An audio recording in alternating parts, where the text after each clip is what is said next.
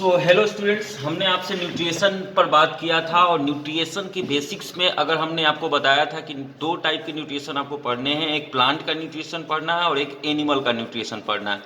Nutrition के बारे में बेसिक आपने देखा तो आपने देखा कि 3-4 टाइप के न्यूट्रिशन होते हैं। एक स्पैरोफाइटिक होता है, इसके अलावा क्या कहते हैं पैरासिटिक होता है, होलोजिक होता है। और ये 2-3 टाइप की जो न्यूट्रिशन था मेनली उनको हम लोग क्लासीफाई करते हैं। ऑटोट्रॉपिक यानी न्यूट्रिशन दो टाइप के, ऑटोट्रॉपिक और हेक्टोट्रॉपिक। और हेक्टोट्रॉपिक का कितना होता है? हेक्टोट्रॉपिक का 3 होता है। इसी में एक होलोजिक होता है, एक स्पैरोफिटिक होता है, फाइटिक होता है, एक इसमें आपका पैरासिटिक होता है। 3 टाइप के ये न्यूट्रिशन होते हैं। और ऑटोट्रॉपिक न्यूट्रिशन जो है, ऑटोट्रॉपिक न्यूट्रिशन को हम लोग फोटोसिंथेटिक न्यूट्रिशन भी कहते हैं, क्योंकि इसमें इस जो प्रोसेस होता है, इसमें जो पौधे हैं वो अपनी न्यूट्रिशन की पूर्ति फोटोसिंथेसिस के प्रोसेस से करते हैं। सो फोटोसिंथेटिक न्यूट्रिशन भी होता है, वो ऑटोट्रॉपिक होता है। सो इन दिस 4 टाइप्स की जो न्यूट्रिशन है, मेनली 2 टाइप हो गया, ऑटोट्रॉपिक, हेक्टोट्रॉपिक। हेक्टोट्रॉपिक के 3, ऑटोट्रॉपिक का कोई टाइप्स नहीं होता है। ऑटोट्रॉपिक का मतलब है जो अपना भोजन खुद से सिंथेसिस कर रहा है। हेक्टोट्रॉपिक का मतलब जो किसी दूसरे पर निर्भर करता है। होलोजिक है जिसमें हम लोग डायरेक्ट सॉलिड पार्टिकल को या लिक्विड पार्टिकल्स को इनटेक करते हैं, उसको होलोजिक न्यूट्रिशन कहते हैं। स्पैरोफिटिक न्यूट्रिशन वो होता है जो किसी डेड या डिकम्पोज बॉडी के अपना न्यूट्रिशन के लिए जरूरत की पूर्ति के लिए उसको अपना डिके करता है, उसको अपना क्या कहते हैं अपने भोजन के रूप में लेता है। और पैरासिटिक वो होते हैं जो किसी होस्ट के बॉडी के अंदर में अपना घर बना लेता है, उसको एडप्शन बना लेता है और उसके द्वारा जो न्यूट्रिशन की पूर्ति हो रही है, जिसको होस्ट बनाया हुआ है, उसी के न्यूट्रिशन से अपने न्यूट्रिशन की पूर्ति अगर कर रहा है तो उसको हम लोग पैरासिटिक न्यूट्रिशन कहते हैं। सो ये न्यूट्रिशन आपको बता दिया गया था। इसमें हम लोगों ने प्लांट का न्यूट्रिशन आपको पढ़ना था, जिसके बारे में हमने आपको बताया था कि प्लांट का न्यूट्रिशन क्या होता है। तो प्लांट का जो न्यूट्रिशन है वो मेनली 2 टाइप का है। एक होते हैं 3 टाइप का है मेनली कह सकते हैं। एक सिंथेटिक प्लांट, दूसरा होते हैं इसमें इंसेक्टिवोरस प्लांट्स, और तीसरा होते हैं इसमें पैरासिटिक प्लांट।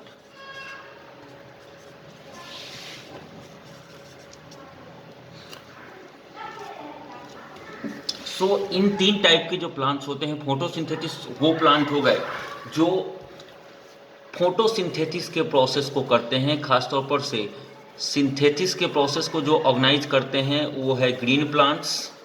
और ग्रीन प्लांट्स की वजह क्या है कि ग्रीन प्लांट्स के पास होती है लीफ को कहा जाता है क्या, kitchen of the plant. Leaf के पास स्टोमाटा होता है, क्लोरोफिल होता है,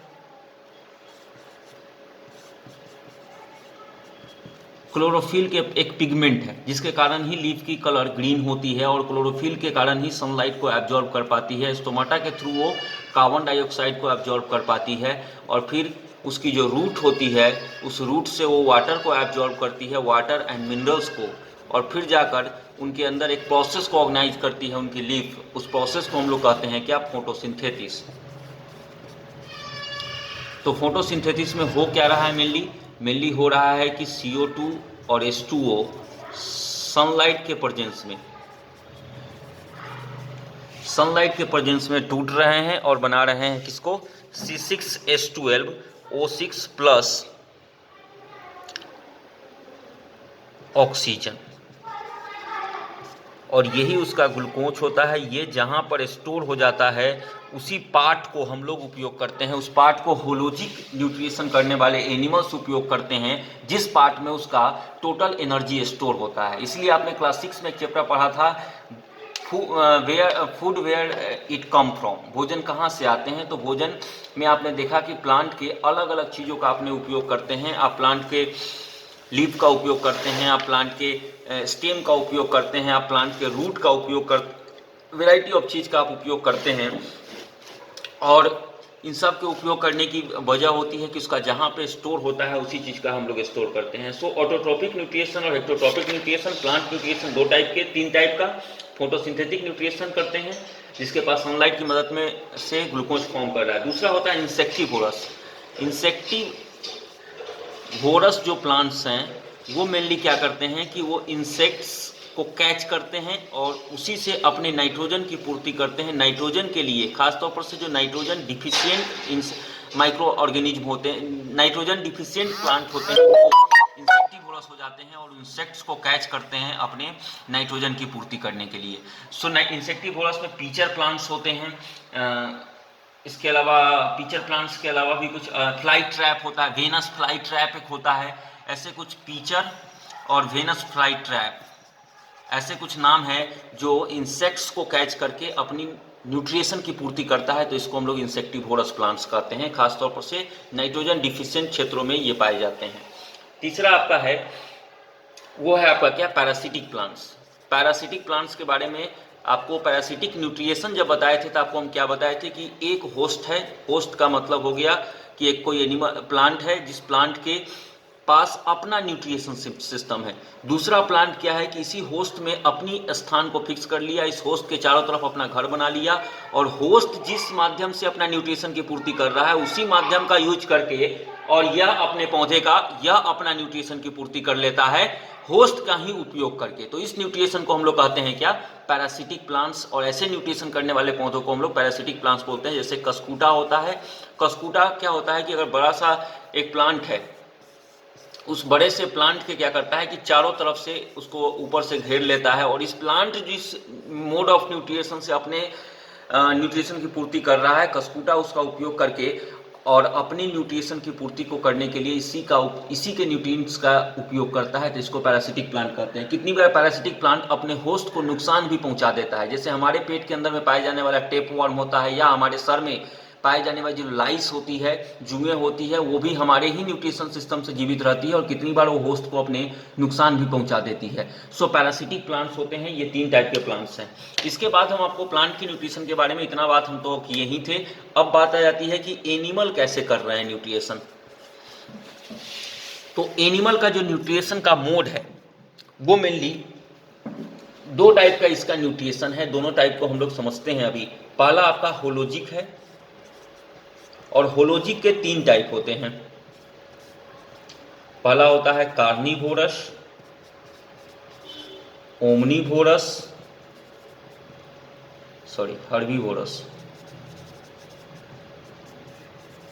और ओमनीवोरस। हर्बीवोरस वो होते हैं जो डायरेक्ट प्लांट का उपयोग करते हैं। प्लांट और प्लांट के लीफ, प्लांट के स्टेम, इन सब का डायरेक्ट उपयोग करते हैं। तो उसको हम लोग हर्बीवोरस कहते हैं। जैसे उसमें काऊ है या फिर आपका क्या कहते हैं हॉर्स है, एलिफेंट है, ये सब हर्बीवोरस होते हैं जो डायरेक्ट, इसको फर्स्ट कंज्यूमर भी कहा जाता है इकोसिस्टम का, क्योंकि यह पौधे के का डायरेक्ट उपयोग करते हैं। उनके लीव्स को, उनके ग्रास को, उनको डायरेक्ट उपयोग करते हैं। इनका डाइजेस्टिव सिस्टम इस लायक होता भी है कि वह ग्रास को या घास को या स्टार्च को, उन पौधों में पाए जाने वाले जो कॉम्प्लेक्स फूड होते हैं उसको डाइजेस्ट कर सकता है। ये हमेशा डबल डाइजेशन को ऑर्गेनाइज करते हैं। जो ग्रास या प्लांट को डायरेक्ट उपयोग करते हैं वो 2 बार का डाइजेशन सिस्टम होता है। एक बार वो खा लेते हैं, फिर दोबारा उनको पास्चुराइजेशन करते हैं और तब जाके उनका न्यूट्रिएंट्स उसमें से जनरेट होता है और फिर उसकी एनर्जी को एब्जॉर्ब करके उसके शरीर में वेराइटी ऑफ पार्ट्स में उसको डिवाइड किया जाता है। सो हर्बीवोरस डायरेक्ट प्लांट प्रोडक्ट का उपयोग करता है। इसका डाइजेस्टिव सिस्टम उसके लायक भी होता है, उसके टीथ भी उसके कैपेबल होते हैं ताकि वो फूड मटेरियल्स, प्लांट से प्राप्त मटेरियल्स को वो डाइजेस्ट कर सके। दूसरा होता है आपको कार्निवोरस। कार्निवोरस को आप फ्लेश ईटर भी कह सकते हैं। फ्लेश ईटर, ये डायरेक्ट मांस खाते हैं। ये वैसे एनिमल्स जो हर्बीवोरस है और हर्बीवोरस को खाते हैं कौन, कार्निवोरस। और इन एनिमल्स का, इन छोटे छोटे एनिमल्स का उपयोग करते हैं वो अपने न्यूट्रिएंट्स को मैनेज करने के लिए। इसमें क्या होता है, एक प्रीडेटर होता है और एक प्रे होता है। फॉर एग्जाम्पल अगर टाइगर या लायन की बात करें तो टाइगर क्या है, प्रीडेटर है, और टाइगर का जैसे डीर है, हिरन, ये क्या है, प्रे है। टाइगर इसका शिकार करता है और डीर उसके भोजन का सोर्स होता है। सो कार्निवोरस हमेशा फ्लेश ईटर होते हैं और उसमें एक प्रीडेटर है और एक प्रे है। छोटे ऑर्गेनिज्म को अपना शिकार बनाते हैं और अपने बॉडी की जरूरतों की पूर्ति करने के लिए इस मोड ऑफ न्यूट्रिशन से अपनी न्यूट्रिशन की पूर्ति करते हैं।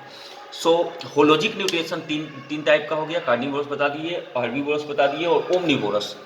ये क्या है, ये दोनों पर डिपेंडेबल है। एनिमल के फ्लेश का भी उपयोग करते हैं, एनिमल के प्रोडक्ट का भी उपयोग करते हैं और प्लांट के भी प्रोडक्ट का उपयोग करते हैं। इसमें ह्यूमंस आते हैं। ह्यूमंस ऐसे हैं जो दोनों ही पार्ट का उपयोग करते हैं और क्या कहते हैं, अपनी न्यूट्रिशन को मैनेजमेंट करने के लिए एनिमल और प्लांट दोनों ही प्रोडक्ट से अपने न्यूट्रिशन की पूर्ति करते हैं, तो उसको हम लोग होलोजिक न्यूट्रिशन कहते हैं। और होलोजिक न्यूट्रिशन की ये 3 टाइप है, कार्निवोरस, हर्बीवोरस और ओमनीवोरस। कार्निवोरस फ्लेश ईटर हो गए, हर्बीवोरस केवल प्लांट प्रोडक्ट को उपयोग करते हैं और ओमनीवोरस जो दोनों का ही उपयोग करते हैं। एक बात आप समझ लीजिए कि इसमें फर्स्ट प्राइमरी कंज्यूमर कौन है, हर्बीवोरस है। हर्बीवोरस डायरेक्ट प्लांट को उपयोग कर रहा है और अपने शरीर के न्यूट्रिशन की पूर्ति कर रहा है। इसकी सेकेंडरी कंज्यूमर कौन है, कार्निवोरस है। कार्निवोरस इसको खा रहा है, प्राइमरी कंज्यूमर को खा रहा है। और ओमनीवोरस जो है वो इन दोनों प्राइमरी और कंज्यूमर दोनों के ही प्रोडक्ट्स में, एनिमल्स के हो या प्लांट के हो, दोनों ही प्रोडक्ट का उपयोग कर रहे हैं ओमनीवोरस। और तीनों के अकॉर्डिंग तीनों अलग अलग जो कैटेगरी ऑफ एनिमल्स हैं, सबका अपना अपना डाइजेस्टिव सिस्टम है, अपने अपने तरीके के टीथ हैं और उन टीथ्स का उपयोग करके वो कॉम्प्लेक्स फूड को फाइनल पार्टिकल्स में कन्वर्ट कर पाते हैं। फिर उनके अंदर में प्रोसेस होती है इजेशन का, एसिमिलेशन का। उस प्रोसेस को हम लोग आगे देखेंगे कि प्लांट एनिमल्स कैसे ऑर्गेनाइज करती है अपने न्यूट्रिशन मैनेजमेंट को। सो पहला था आपका होलोजिक। आशा करते हैं होलोजिक आपको समझ में आ गया होगा। दूसरा जो इसका न्यूट्रिशन का टाइप होता है उसको हम लोग कहते हैं सिम्बायोसिस। ये 2 वर्ड से मिलकर बना हुआ है। एक होता है SYM और दूसरा वर्ड होता है क्या, बायोन्ट। सिम का मतलब होता है टुगेदर और बायोन्ट का मतलब होता है क्या, लिविंग।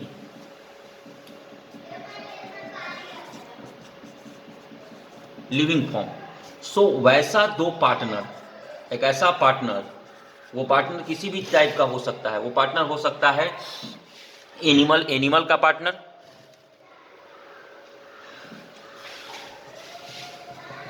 एनिमल प्लस 2 एनिमल का पार्टनरशिप, एक एनिमल एक प्लांट का पार्टनरशिप, या 2 प्लांट ही आपस में पार्टनरशिप कर ले।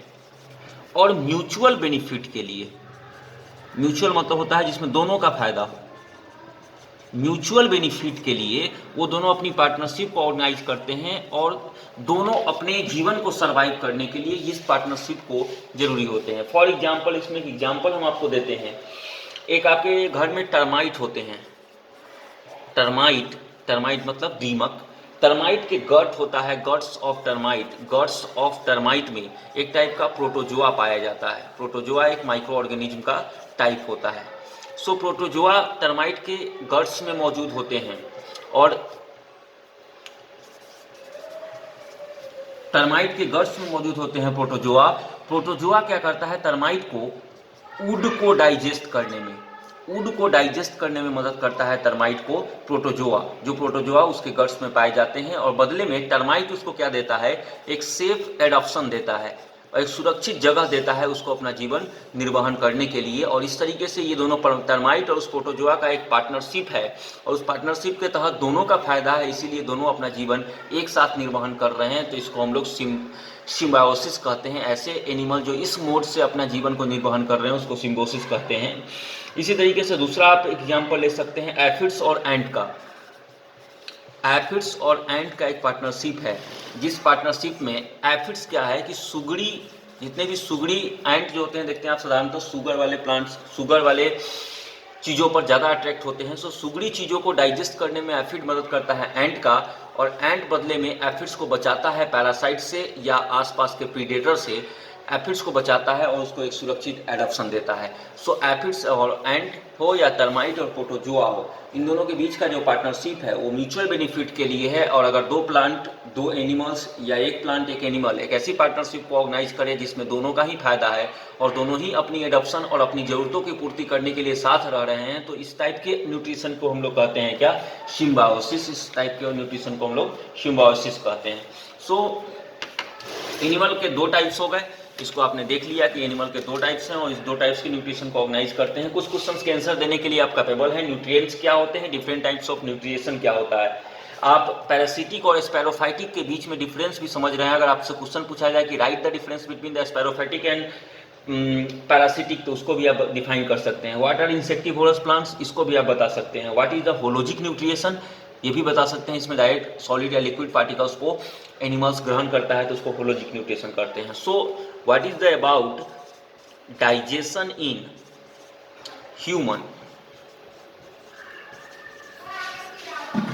ह्यूमन जो डाइजेशन कर रहा है उसके बारे में हम क्या कर सकते हैं। आप प्रीवियस सेक्शंस में और प्रीवियस चैप्टर में आप पढ़े हैं कि आपको भोजन चाहिए तो न्यूट्रिएंट्स को प्राप्ति करने के लिए, एंड जो रिक्वायर्ड आपकी बॉडी की फंक्शन होती है उस फंक्शन को हमेशा ऑपरेटिव रखने के लिए, हमेशा सारे फंक्शन वो समय पर और टाइम पर करते रहे, उसके लिए उसको रिक्वायर्ड होता है न्यूट्रिएंट्स की, और उस न्यूट्रिएंट्स की पूर्ति करने के लिए हम लोग भोजन को ग्रहण करते हैं। एंड द फूड मटेरियल्स में एक खास टाइप की सब्सटेंस होते हैं, उसको हम लोग न्यूट्रिएंट्स कहते हैं, और इस न्यूट्रिएंट्स को सही फॉर्म में कन्वर्ट करने के लिए हमारे बॉडी में एक डाइजेस्टिव सिस्टम होता है, और डाइजेस्टिव सिस्टम एक इम्पॉर्टेंट रोल प्ले करता है उस कॉम्प्लेक्स फूड को, जिस फूड को हम ग्रहण कर रहे हैं उस फूड को उस रूप में कन्वर्ट करने में, जिस रूप में हम लोग उसको, हमारा बॉडी सिंपलर सब्सटेंस में कन्वर्ट कर देता है डाइजेस्टिव सिस्टम। सो डाइजेस्टिव सिस्टम को समझने के लिए कुछ प्रोसेस है, उसको देख लीजिए। पहला प्रोसेस होता है इंजेशन। इंजेशन के बाद होता है क्या? डाइजेशन। डाइजेशन के बाद क्या होता है? एब्जॉर्प्शन।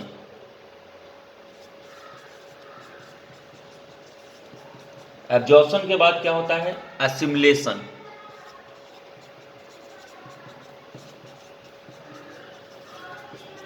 और एसिमिलेशन के बाद होता है आपका क्या? इजेशन। सो ये 6 टाइप का प्रोसेस को जरा आप देख लीजिए। ये 6 टाइप के प्रोसेस हो रहे हैं न्यूट्रिशन के किसी एनिमल के डाइजेशन सिस्टम में।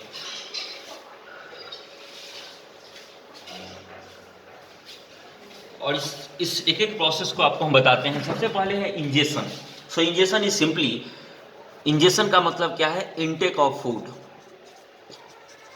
इनटेक ऑफ फूड को हम लोग कहते हैं इंजेशन।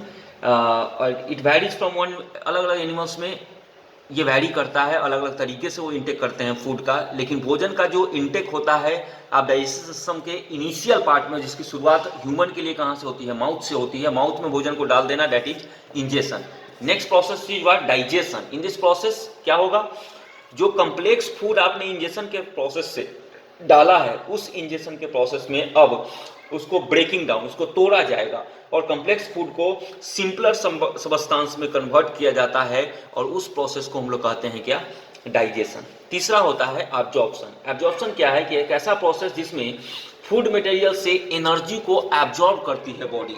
जो सिंपलर सब्सटेंस इंटेक लिए यहाँ पर कम्प्लेक्स को इसने क्या किया? डाइजेशन प्रोसेस में सिंपलर सब्सटेंस में कन्वर्ट कर दिया। अब उस सिंपलर सब्सटेंस से जो एनर्जी होती है, उस एनर्जी को एब्जॉर्ब कर लेती है हमारे बॉडी में, हमारे डाइजेस्टिव सिस्टम में मौजूद जो ऑर्गन्स हैं, जो रिस्पॉन्सिबल ऑर्गन्स है, वो ऑर्गन्स उसमें से एनर्जी को एब्जॉर्ब कर लेते हैं। तो इसको हम लोग बोलते हैं एब्जॉर्प्शन। अब जो एब्जॉर्ब्ड एनर्जी है उसको अलग अलग बॉडी की एक्टिविटी के लिए या अलग अलग ऑर्गन्स की ज़रूरत के हिसाब से जिसको एनर्जी चाहिए होता है, उस तक जो एनर्जी पहुंचाने का प्रोसेस है उसको हम लोग कहते हैं assimilation.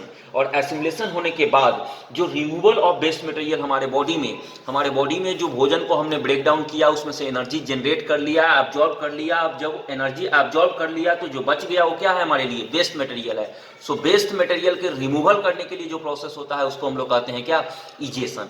So they are the 1, 2, 3, 4 and the 5 process undergoing the digestion in the human के डाइजेशन को ऑर्गेनाइज करने के लिए इस 5 टाइप के प्रोसेस होती है, और इस 5 टाइप के प्रोसेस का उपयोग हम लोग करते हैं ह्यूमन के डाइजेशन सिस्टम को ऑर्गेनाइज करने के लिए। आपको ये 5 प्रोसेस अगर समझ में आ रहा है तो मानव के न्यूट्रिशन को आप बेहतर समझ सकते हैं। इंजेशन मतलब इंटेक ऑफ फूड, डाइजेशन मतलब कि उस कम्प्लेक्स फूड को सिंपलर में तोड़ना, एब्जॉर्प्शन मतलब क्या? कि उस सिंपल सब्सटेंस में से एनर्जी को एब्जॉर्ब कर लेना, जो भी रिस्पॉन्सिबल ऑर्गन है उसके द्वारा। जो एब्जॉर्ब्ड एनर्जी है वो जरूरत के हिसाब से अलग अलग बॉडी पार्ट्स तक डिवाइड करना, उस तक प्रोवाइड करना, एसिमिलेशन। और जो एनर्जी एब्जॉर्ब करने के बाद जो मटेरियल बच गया फूड का, वो हो गया वेस्ट। सो वेस्ट का रिमूवल करना, that is the process of egestion. There are the 5 types of the process which are operating the digestive system or the digestion in the human. So these are the 5 types। आशा करते हैं इसको आप समझ गए होंगे। So अब बात करते हैं कि पार्ट्स कौन कौन है। Parts of human digestive system कौन कौन से पार्ट्स हैं? तो पहला पार्ट सब जानते हैं क्या होता है? माउथ। आप जानते हैं कि डाइजेशन का शुरुआत होता है माउथ से, और माउथ कंटेन करते हैं एक स्पेशल मस्क्यूलर टंग को, टीथ को, सलेवरी ग्लैंड्स को। सलेवरी ग्लैंड्स हमारे माउथ में पाए जाते हैं, जिससे स्पेशल टाइप का एक हार्मोन्स का प्रोडक्शन होता है, जिसको सलाइवा कहते हैं।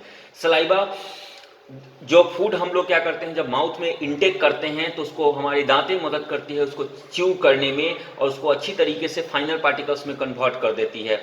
एंड उसमें सलाइवरी ग्लैंड से निकला हुआ सलाइवा उस फाइनल पार्टिकल्स के साथ मिक्स हो जाता है, जो हेल्प करता है उसमें टंग मदद करता है उस सलेवरी ग्लैंड से निकले हुए सलाइवा को भोजन के साथ अच्छी तरीके से मर्ज करने में।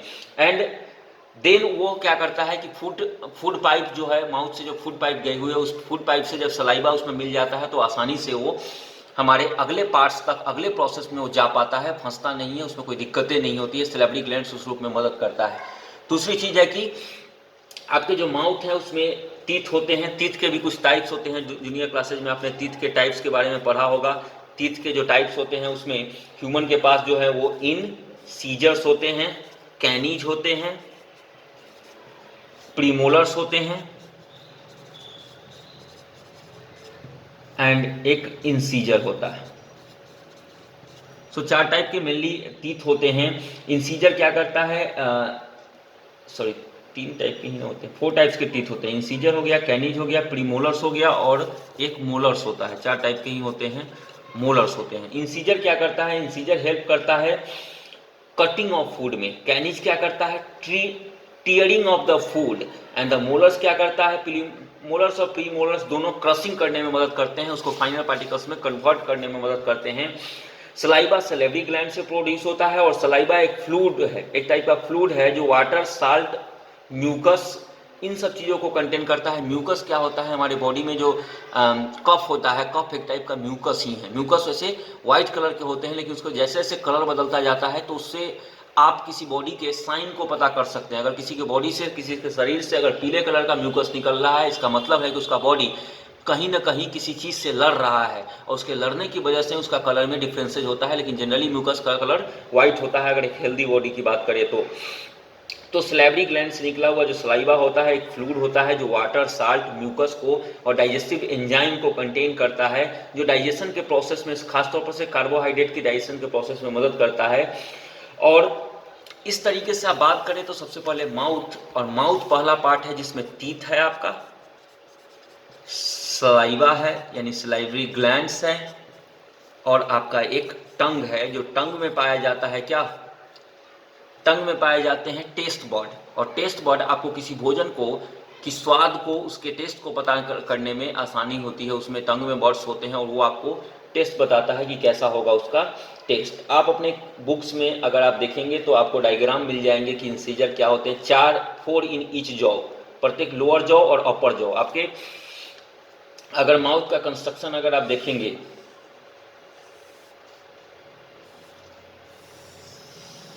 तो एक लोअर जॉ होता है आपके पास और एक अपर जॉ होता है। तो 4 आपके इंसीजर होते हैं ईच जॉ में, 4 नीचे 4 ऊपर। कैनिज जो होते हैं 2 होते हैं, प्रत्येक में 2 इंसीजर कैनिज होते हैं। 4 प्रीमोलर्स होते हैं, 4 in each jaw, 2 on each side, दोनों साइड में 2 होते हैं। और ये कैनिज से अगले में सिचुएटेड होते हैं। और मोलर्स जो होते हैं वो 6 होते हैं प्रत्येक में, 3 ऑन ईच साइड, प्रत्येक साइड में 3-3 होते हैं, जो क्रशिंग और ग्राइंडिंग ऑफ फूड में मदद करते हैं। तो इस फिगर को आप डाइजेस्ट जरूर देख लीजिएगा कि माउथ में किस तरीके से अरेंज है टीथ और किस तरीके से वो काम कर रहे हैं। दूसरा जो इसका पार्ट है, पहला माउथ हो गया, and second digestive system part है उसको हम लोग कहते हैं क्या, फायरनेक्स। फायरनेक्स क्या है, फायरनेक्स एक ट्यूब लाइक स्ट्रक्चर होता है और जो कनेक्ट होता है माउथ से कहाँ तक, ओएसोफोगस तक, जिसको एलिमेंट्री कैनल के नाम से भी कहते हैं हम लोग, एलिमेंट्री कैनल भी कह सकते हैं। तो फायरनेक्स ओएसोफोगस में जाके खुलता है, एंड ओपनिंग कॉल्ड गुल्लेट, जहां पर ये ओएसोफोगस में ये जहां पर जाकर खुलता है उसको हम लोग कहते हैं क्या, गुल्लेट, GULLET, गुल्लेट। और ये ओपन होता है माउथ से, जाके इंड होता है ओएसोफोगस में, जिसमें आप फायरनेक्स के बारे में, फायरनेक्स क्या है, एक ट्यूब लाइक स्ट्रक्चर होता है। नेक्स्ट आपका क्या है, ओएसोफोगस, तीसरा होता है ओएसोफोगस। ओएसोफोगस ओएसोफोगस क्या होता है, एक long muscular tube like structure होता है जो फूड को स्टोमच तक पहुंचाता है।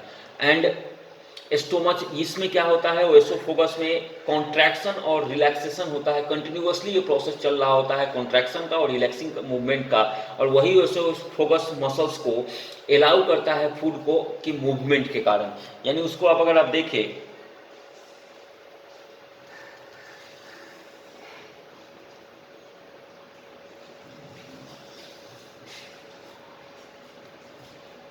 सो ओएसोफोगस जो है आपका, ये एक लॉन्ग मस्कुलर ट्यूब होता है जिसमें आपका एक मसल्स रिलैक्सेशन करते हैं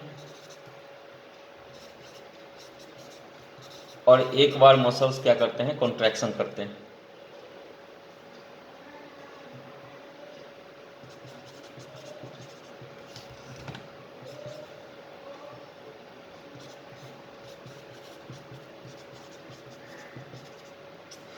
सो ओएसोफोगस से कनेक्टेड है फायरनेक्स, और फायरनेक्स से जब फूड पार्टिकल्स ओएसोफोगस में आया तो इसमें दो टाइप की मूवमेंट होती है, रिलैक्सेशन और कॉन्ट्रैक्शन, और इसी रिलैक्सेशन और कॉन्ट्रैक्शन की वजह से फूड पार्टिकल का मूवमेंट होता है, और यह मूवमेंट होकर पहुंच जाता है कहाँ, स्टोमच में, है ना। सो नेक्स्ट पार्ट इज आपका क्या होता है, स्टोमच होता है। तो ओएसोफोगस का आप इस तरीके से कंस्ट्रक्शन होता है, इसको आप देख लीजिएगा। चौथा जो होता है आपका पार्ट ऑफ डाइजेस्टिव सिस्टम, वो होता है आपका स्टोमच। स्टोमच में आप जानते हैं ओएसोफोगस में इसी में पाए जाते हैं कुछ खास टाइप से डाइजेस्टिव एंजाइम्स, जैसे HCl होते हैं, हाइड्रोक्लोरिक एसिड होते हैं, और प्रोटीन को डाइजेस्ट करने के लिए अलग एंजाइम्स मौजूद होते हैं। सीनियर क्लासेज में उसके बारे में आपको डीपली पढ़ना है। लेकिन स्टोमच में बहुत सारे टाइप के डाइजेस्टिव एंजाइम्स, पैनक्रियाटिक जूस और HCl प्रोटेक्ट करता है, जो भोजन में आपके साथ जो माइक्रो ऑर्गेनिज्म चला गया, HCl हाइड्रोक्लोरिक एसिड, उन सभी माइक्रो ऑर्गेनिज्म को मार देता है। और बहुत सारे टाइप की जूस होते हैं जो पैनक्रियाज से लेके अलग अलग जो जूस हैं वो जूस प्रोड्यूस करते हैं स्टोमच में फूड पार्टिकल्स को, और उसकी वजह से वो फूड पार्टिकल्स क्या होता है, आसानी से डाइजेस्ट हो पाता है। So stomach is the another part of the digestive system. And the next is the small intestine.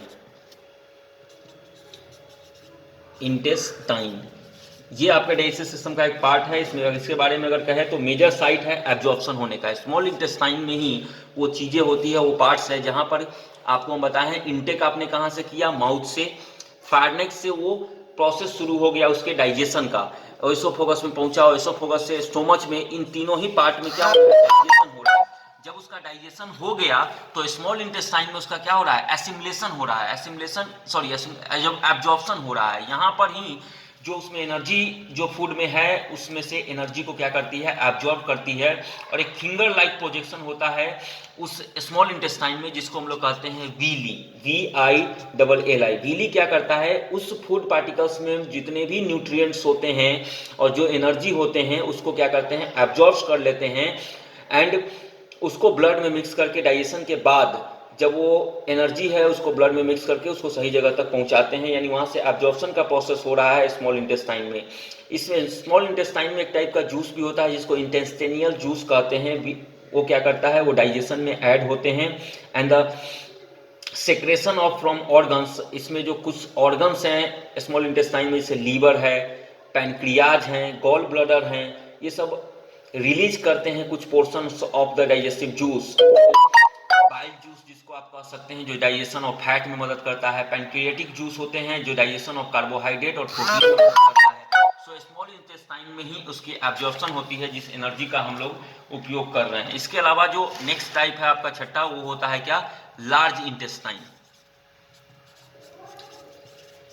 Large intestine का जो काम है वो ये भी एक लॉन्ग ट्यूब लाइक स्ट्रक्चर होता है जो री एब्जॉर्प्शन करता है। मान लेते हैं कि स्मॉल इंटेस्टाइन में जो मैक्सिमम एनर्जी को एब्जॉर्ब कर लिया गया लेकिन कुछ एनर्जी बच गई, उसको लार्ज इंटेस्टाइन में उस एनर्जी को एब्जॉर्ब कर लिया जाता है, यानी री एब्जॉर्प्शन का प्रोसेस होता है, और वह विच इन्वॉल्व्स द टेकिंग और वाटर को क्या करता है वहां से back into the body from the undigested waste material. जो अनडाइजेस्टेड वेस्ट मटेरियल होता है उसके साथ वापस भेज देता है वाटर के साथ लार्ज इंटेस्टाइन, और जो उसमें एब्जॉर्ब होने वाला होता है उसको एब्जॉर्ब कर लेते हैं। उसके बाद सातवां इसमें जो पार्ट होता है उसको हम लोग कहते हैं रेक्टम।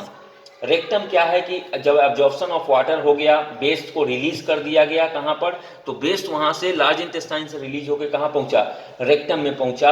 और रेक्टम को स्मॉल सैक लाइक स्ट्रक्चर होता है जहाँ पर वेस्ट मटेरियल को स्टोर करते हैं टेम्पोररी लेवल पर। यहाँ पर वेस्ट मटेरियल टेम्पोररी लेवल पर स्टोर होते हैं। और आठवां जो इसका पार्ट है उसको हम लोग कहते हैं एनस। आठवां पार्ट आपका है एनस। और एनस क्या होती है, एक ओपनिंग एंड होती है डाइजेस्टिव सिस्टम का। यहीं पर आकर वापस डाइजेस्टिव सिस्टम क्या होता है, खुल जाता है, ओपन हो जाता है। एंड इसी एनस के थ्रू हम लोग वेस्ट को क्या कर देते हैं, अंतिम प्रोसेस जो इजेशन का है उस प्रोसेस को ऑर्गेनाइज करते हैं और यहाँ से वेस्ट मटेरियल को क्या कर देते हैं, रिमूव कर देते हैं। सो स्टेप ह्यूमन न्यूट्रिएशन, ये 6 टाइप के 7 टाइप के जो स्टेप्स देख रहे हैं, 6 से 8 टोटल जो इंपॉर्टेंट ऑर्गन्स हैं, वो 8 ऑर्गन्स मिलकर उन 5 टाइप के प्रोसेस को ऑर्गेनाइज कर रहे हैं। माउथ में आपके इंजेक्शन हो रहा है, वहां पर सब mechanical and the chemical digestion हो रहा है, उसमें सलाइवा सलाइवी ग्लैंड से सलाइवा मिल रहा है, उसके बाद पास आउट हो रहा है ओएसोफेगस तक। ओएसोफेगस में क्या है कि ओएसोफेगस का ओपनिंग एंड होता है कहाँ, स्टोमच का। स्टोमच के पास जाने के बाद उसका मैकेनिकल डाइजेशन हो रहा है with the help of the some pancreatic juice, HCl, bile juice, इन सब की मदद से उनका केमिकल डाइजेशन हो रहा है। उसके बाद वो पहुंच रहा है स्मॉल इंटेस्टाइन के पास। स्मॉल इंटेस्टाइन में केमिकल डाइजेशन के साथ साथ वहां पर एब्जॉर्प्शन हो रहा है। उसके बाद जा रहा है वो लार्ज इंटेस्टाइन में, और लार्ज इंटेस्टाइन में क्या हो रहा है, री एब्जॉर्प्शन ऑफ वाटर हो रहा है। और वहां से लार्ज इंटेस्टाइन से रेक्टम होते हुए एनस तक पहुंच रहा है वो undigested and the waste material, और एनस के थ्रू ओपनिंग हो जा रहा है डाइजेस्टिव सिस्टम का। और तब इस प्रोसेस को हम लोग कहते हैं इजेशन। अब मैकेनिकल डाइजेशन और केमिकल डाइजेशन, तो यहाँ पर बात आपको हम बार बार यूज कर रहे हैं। मैकेनिकल डाइजेशन में क्या होता है, इसमें मटेरियल मैकेनिकल ग्राइंडिंग होती है, यानी मैकेनिकल एनर्जी का उपयोग करके उसकी ग्राइंडिंग तोड़ा जाता है, तो उसको हम लोग मैकेनिकल डाइजेशन कर सकते हैं। और केमिकल डाइजेशन वो होता है जिसमें सब्सटेंस के एंजाइम के कारण, जो एंजाइम प्रोड्यूस हो रहे हैं हमारे बॉडी में डाइजेस्टिव सिस्टम में, उस एंजाइम से की वजह से जो फूड में कंटेन प्रोटीन है, फैट है, कार्बोहाइड्रेट है, वो केमिकली टूट रहा है। मैकेनिकली टूट रहा है तो मैकेनिकल डाइजेशन, और केमिकली टूट रहा है तो केमिकल डाइजेशन। सो ह्यूमन के डाइजेस्टिव सिस्टम में दोनों ही टाइप के डाइजेशन होते हैं, चाहे वो केमिकली डाइजेशन हो या मैकेनिकली डाइजेशन हो। सो इस चैप्टर में आपको मेनली इतना ही पढ़ना था। एक इसका पार्ट हम छोटा सा बना देंगे जिसमें कुछ क्वेश्चंस को भी आपको ले लेंगे, लेकिन इस वीडियो को अच्छे से देखिए। Thank you.